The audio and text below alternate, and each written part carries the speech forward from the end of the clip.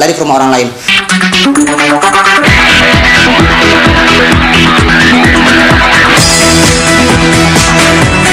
Geram dituding suka poligami dan menelantarkan anak istri, Ustadz Kokolim akhirnya buka mulut. Mengapa Kokolim berbalik menuding Ima Ismawati sebagai istri durhaka yang tega selingkuh dengan teman suami sendiri? Apa yang menyebabkan Kokolim seolah tak puas memiliki satu istri resmi dan dua istri muda yang dinikahi secara siri? Seperti apa karakter Kokolim di balik mimbar di mata istri-istrinya?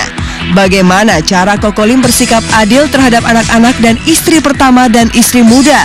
Apa kata Kokolim tentang isu pemalsuan akta nikah yang dialamatkan kepadanya?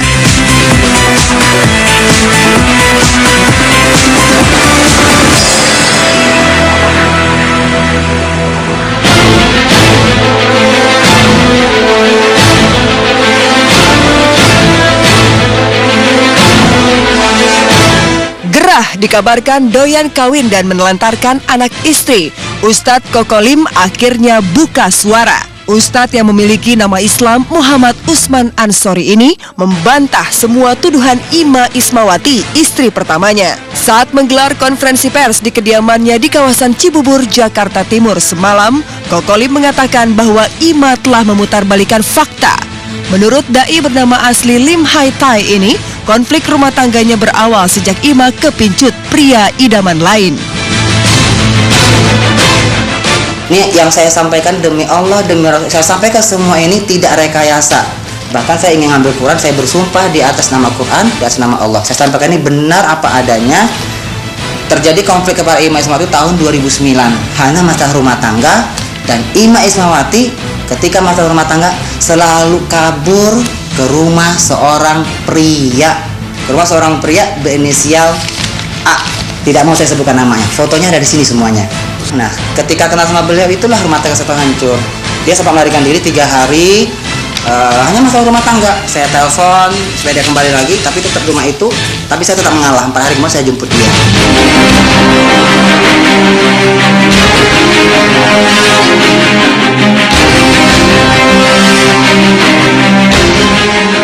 Entah siapa yang merekayasa dan melakukan kebohongan publik, Kokolim atau Ima.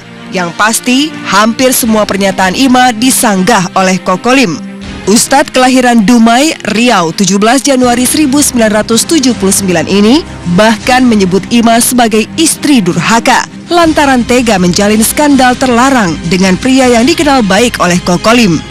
Lalu benarkah tak terima cintanya dihianati, Kokolim mengusir Ima dari rumah? Ya, jadi saya diusir sama Koko di akhir tahun 2014. Beliau bilang saya sudah tidak boleh menginjakkan kaki di rumah yang berada di Cibubur. Beliau bilang saya najis menginjakkan kaki di rumah itu. Ima Ismawati itu tidak saya usir, tapi dia yang tidak mau tinggal di rumah yang saya siapkan ini. Tahun 2012 itu puncaknya. 2014 Desember pas malam pergantian tahun baru 2015. Dan saya punya foto saksinya di sini.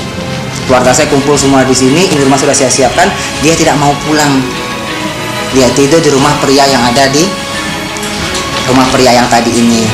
Ima Ismawati, maaf pemirsa, saya sampaikan bukan istri yang baik. Dia itu istri yang durhaka. Di dalam mata agama Islam namanya nusyush. Istri yang durhaka. Keluar dari rumah, ketika rumah tangga, lari ke rumah orang lain. Pria ini saya anggap sebagai teman curhat saya, teman baik saya. Dan Ima Ismawati kemana-mana, ya bersama beliau. Ada masalah rumah tangga, larinya ke beliau. Ada masalah anak, teleponnya ke beliau. Anak saya mau sekolah aja, teleponnya ke beliau. Anak saya mau pesantren, mintanya ke beliau.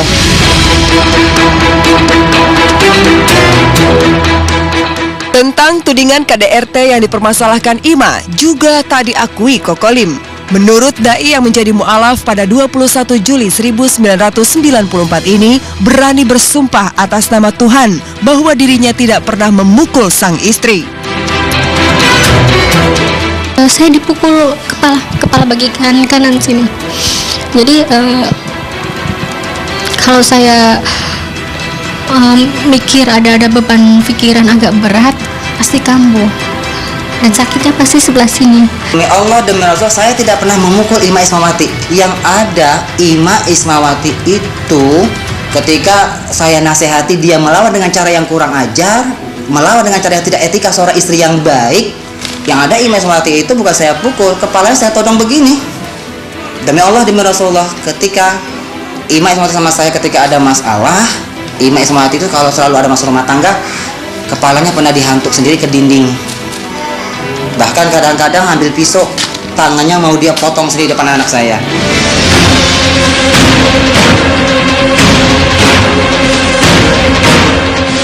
Isu penelantaran anak yang digelontorkan Ima juga dibantah Kokolim.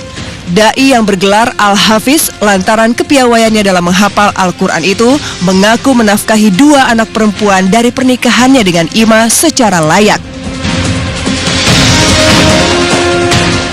Selama ini kalian tidak pernah berpikir anak saya bagaimana? Seperti apa anak saya? Apakah kalian berpikir sampai seperti itu? Kalian bisa tidur nyenyak, kalian bisa makan kenyang, tapi kalian tidak pernah memikirkan anak-anak saya sekarang ini seperti apa. Nah, itu fitnah, saya punya bukti. Setiap bulan anak saya transfer yang Tasya 3 juta, maksimal 4 juta. Karena kebutuhannya memang segitu. Jadi pesantren setiap bulan dijenguk. Ya, saya transfer kemarin 4 juta, baru-baru kemarin. Terus anak yang kedua, asuransi sebulan 2 juta.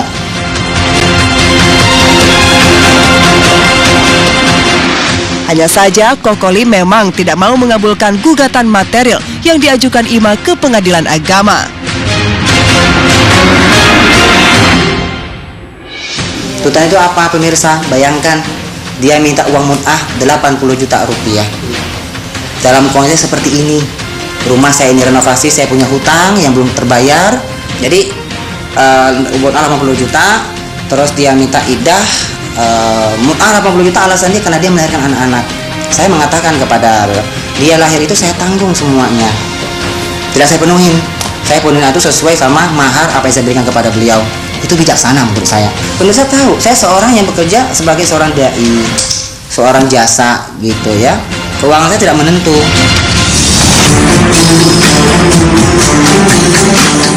Kini sidang cerai Kokolim versus Ima bakal memasuki sidang ke-9.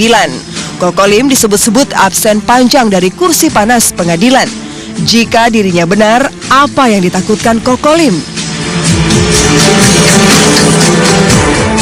Kalau berkaitan sama hukum, itu berkonsul hukum kan? Ya. Saya punya kuasa hukum sendiri. Silakan.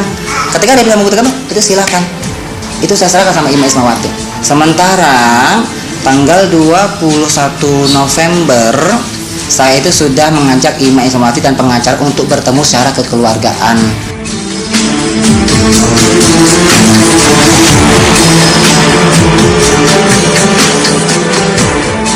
Lantas seperti apa klarifikasi Kokolim terkait pernikahan sirinya dengan Heni dan Uswatun Nida?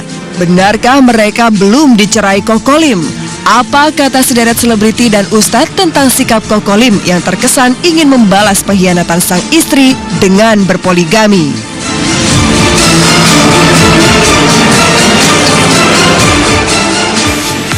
Di Berondong sejumlah tudingan miring, Ustadz Kokolim angkat bicara. Lewat kemampuan intelektual dan pemahaman ilmu agama, Kokolim membantah semua tuduhan yang digelontorkan Ima Ismawati, istri pertamanya. Bahkan, Kokolim balik menyebut Ima sebagai penyebar rekayasa publik dan istri durhaka. Lantas mengapa 8 kali sidang cerai, Kokolim absen di pengadilan agama? Bagaimana Kokolim menjelaskan soal pernikahan sirinya dengan Heni serta Nida dan isu kedekatannya dengan Lita? Lantas benarkah Kokolim menikahi Nida menggunakan akta nikah palsu? Selama 30 menit, saya Ovidian mengajak Anda menyorot sebuah peristiwa berdasarkan fakta, serta informasi akurat dari sumber terpercaya. Pemirsa, inilah Fokus Selebriti.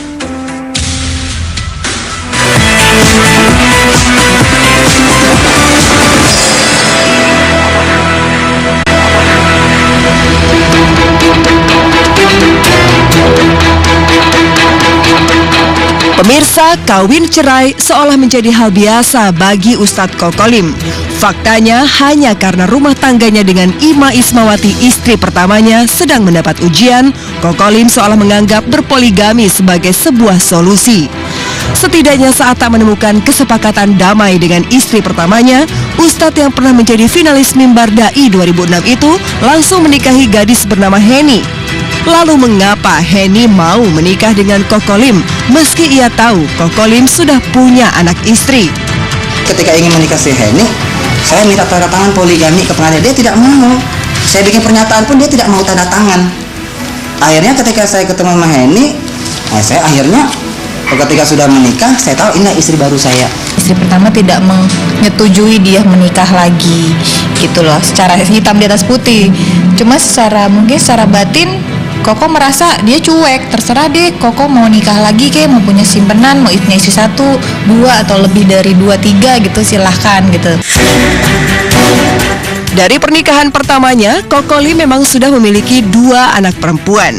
Lalu mungkinkah karena tak kunjung mendapatkan anak laki-laki dari Heni, Kokolim akhirnya menceraikan mantan jamaahnya itu? Mungkin karena pernikahan saya setahun itu belum punya anak, ya berpikir negatif lah, saya mungkin kenapa lah, mandul lah, apa seperti itu. Yang sudah check up ke dokter belum juga menentukan keputusan seperti itu, sudah mengambil keputusan sendiri dan ambil gegabahnya cerai gitu loh. Diceraikan dengan kata-kata talak 3 gitu. Seolah tak butuh waktu lama bagi Kokolim untuk mencari istri muda yang baru. Pada tahun 2011 pula, Ustadz yang sering menampilkan atraksi sulap di sela acara tausiah itu menikahi wanita asal Banten, Uswatun Nida. Yang menarik, pernikahan Kokolim dengan Nida diwarnai isu pemalsuan akta nikah. Yang hadir itu adalah semua pernikahan itu kita minta baik-baik. Si Uswatun Nida, ibunya, ayahnya, abangnya, terus Ima Ismawati, dan manajer saya. Dan karena orang tua Ismawati ada di jauh di luar kota, ya dianggap orang tuanya itu ada orang sana, saya hadirkan juga, termasuk juga pria teman curhat saya itu. Ini fotokopi akta nikah antara suami saya dengan perempuan yang bernama Sofatun Nida. Di sini tertulis menikah tanggal 11 Juni 2012. Beberapa hari kemudian saya langsung cross check ke kantor KUA tersebut. Ketua KUA-nya mengatakan data ini tidak ada dan tidak tercatat. Saya mau tanya kepada media, saya kaget. Itu buku yang disoal itu fotokopi apa asli? Kalau fotokopi, silakan, media juga tahu semuanya, keabsahannya. Kalau itu asli, silakan tuntut saya dan sebagainya. Itu asli apa fotokopi? Kabarnya pernikahan Kokolim dan Nida membuahkan 2 anak. Mereka bercerai akhir tahun 2012, konon saat Nida tengah hamil anak muda. Kabarnya Kokolim terpaksa menceraikan Nida karena Ima sang istri pertama mengancam akan membeberkan pernikahan siri itu kepada awak media. Lalu Ima pernah mendatangkan aparat keamanan untuk mengintimidasi Nida agar segera bercerai dengan Kokolim. Kalau untuk Brimob atau Kopassus yang datang ke sana saya tidak tahu. Kalau memang memposting, memang benar dari pihak Sofatun Nida memang pernah memposting fotonya bersama Koko. Dan sempat saya tanya kepada dia, kenapa kok sampai dia berani memposting fotonya dengan Koko? Di sini saya masih istri sahnya. Bocoran saya sama Sofatun Nida itu adalah ikut campur adu domba dari Ima Ismawati dan pria yang tadi saya anggap teman curhat saya itu. Dia datang ke rumah Sofatun Nida, membeberkan segala kesalahan sebagainya. Disitulah terjadi percekcokan yang luar biasa. Untuk urusan jumlah wanita yang dinikahi, Kokolim disebut-sebut selangkah lebih maju dibandingkan dai yang juga berpoligami seperti Aagim, Ustadz Arifin Ilham, dan Ustadz Aswan Faisal. Sebab selain Heni dan Nida yang dinikahi secara siri, Kokolim dikabarkan menjalin hubungan khusus dengan wanita yang masih berstatus istri orang. Benarkah demikian? Yang ini namanya Lita. Dan saya pernah minta tolong kepada teman saya. Di situ teman saya sempat mengikuti Koko. Ternyata benar jalan-jalan sama perempuan ini. Tanya kepada Ima Ismawati. Saya itu bukan wanita simpanan saya. Itu mereka itu saya nikah secara saya nikahkan sah di mata Allah Subhanahu wa taala, dan mereka pun saya nikahkan itu saya minta sama keluarga mereka, dan seperti sewaktu nida dipertemukan sama Ima Ismawati sebelumnya. Merelakan cinta untuk dibagi, tak semua. Jika Lita juga sempat dinikahi secara siri oleh Kokolim, bisa jadi Ustadz peraih gelar S2 bidang ilmu tafsir Al-Quran ini seolah terobsesi mengikuti poligami. Lantas, apa tanggapan sejumlah selebriti dan ulama tentang reputasi Kokolim yang disebut-sebut pernah menikah 4 kali itu? Ya salah, menikah itu harus karena Allah, nggak boleh karena syahwat, karena nafsu, karena dia cantik. Boleh 2, boleh 3, boleh 4. Kalau nggak mampu 1, itu lebih baik. Mengiyakan iya, tapi jangan dibenci, karena itu sunnah. Saya bicara poligami mungkin karena saya belum amal kali ya, jadi saya susah poligami, tapi memang ada kan poligami, dan lebih bagus gitu kan. Maksudnya kita nikahin, kita tanggung jawab. Cuma kan kalau kita bicara poligami kan ada sebagian terima, ada yang sebagian ekstrim, nggak mau.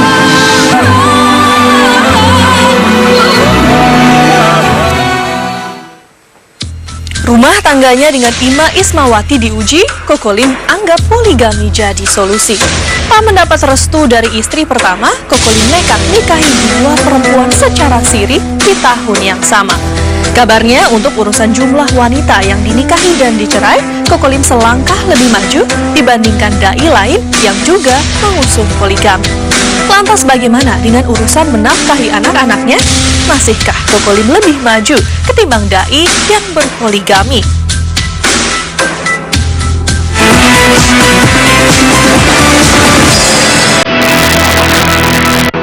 Meski mendapat julukan sebagai Al-Hafidz nan cerdas secara intelektual dan luas pengetahuan agamanya, Ustadz Kokolim tetaplah manusia biasa yang memiliki kekurangan.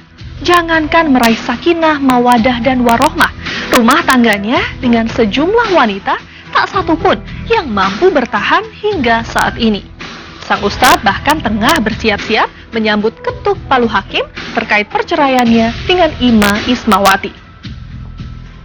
Pemirsa, saya Ovidian undur diri dari hadapan Anda. Saksikan terus Fokus Selebriti setiap Senin sampai Jumat pukul 10.30 waktu Indonesia Barat, tentunya hanya di Global TV Seru. Terus follow Twitter Fokus Selebriti di @fosal_global_tv dengan hashtag Kepo Seru. Terima kasih dan sampai jumpa.